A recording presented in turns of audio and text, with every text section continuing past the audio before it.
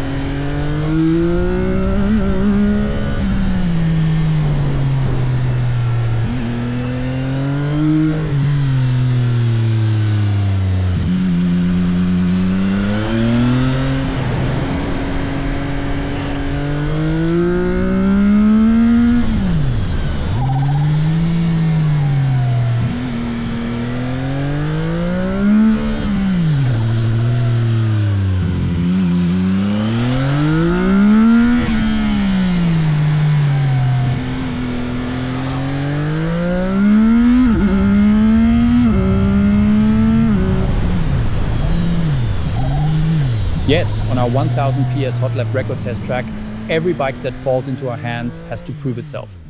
This one here is part of a naked bike comparison test. I'm not entirely sure which group it fits into, entry-level nakeds or mid-range. It's a bit tricky, the price is attractive, but in terms of equipment, it's actually a bit ahead of some others in that class. Anyway, I'm approaching this with an open mind, and I've ridden it here on the lap record track for you. At the very end, you'll see the lap time displayed.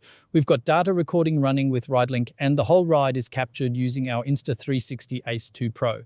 So how good was it? Well, to start with, we've got a super refined and smooth 3-cylinder engine in a really exciting displacement class, 675 cubic centimeters.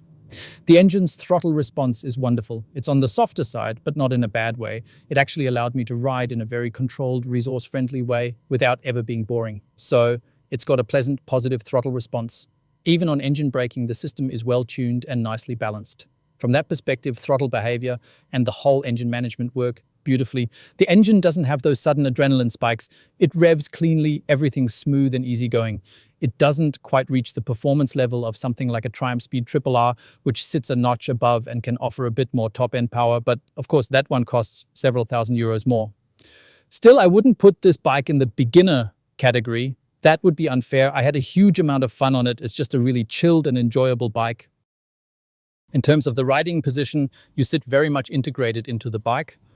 The seat dips in so you don't get that ultra-direct, sporty steering and front-end feel. The suspension is also on the softer side, but still at a level where you can ride quite sportily. Looking at the laps, I'm sure it's genuinely impressive. I was riding in a relaxed and energy-saving way, but definitely not in a boring one. This combination of smooth throttle response and a softer suspension setup creates a kind of comfort zone. But for some reason, thanks to its playful handling and usable power delivery, I still had a lot of fun in the saddle. If I start nitpicking, thinking about what wasn't great, I really have to dig deep. The traction control is tuned in such a way that when you pull a wheelie, it cuts power very abruptly. I tried to work around that by managing my body weight more carefully. You can tell this traction control isn't a racetrack tool. It's clearly a safety feature for the road. And with the ABS, it's the same story. It's designed for street use, not for ultra sporty braking deep into corners. They're definitely leaning more towards the safety side. The bike also comes with a steering damper fitted. I think at CFMOTO, rider safety has a really high priority. When in doubt, they always seem to go for the more stable setup. And I believe that's probably why they chose these CST tires. I dare to say that if you fitted sportier tires, you'd be doing the bike a huge favor, because I think there's even more handling potential hidden in there. But they're being a bit cautious and clearly want to prioritize safety. I think it looks really appealing, and that impression carries through when you're in the saddle.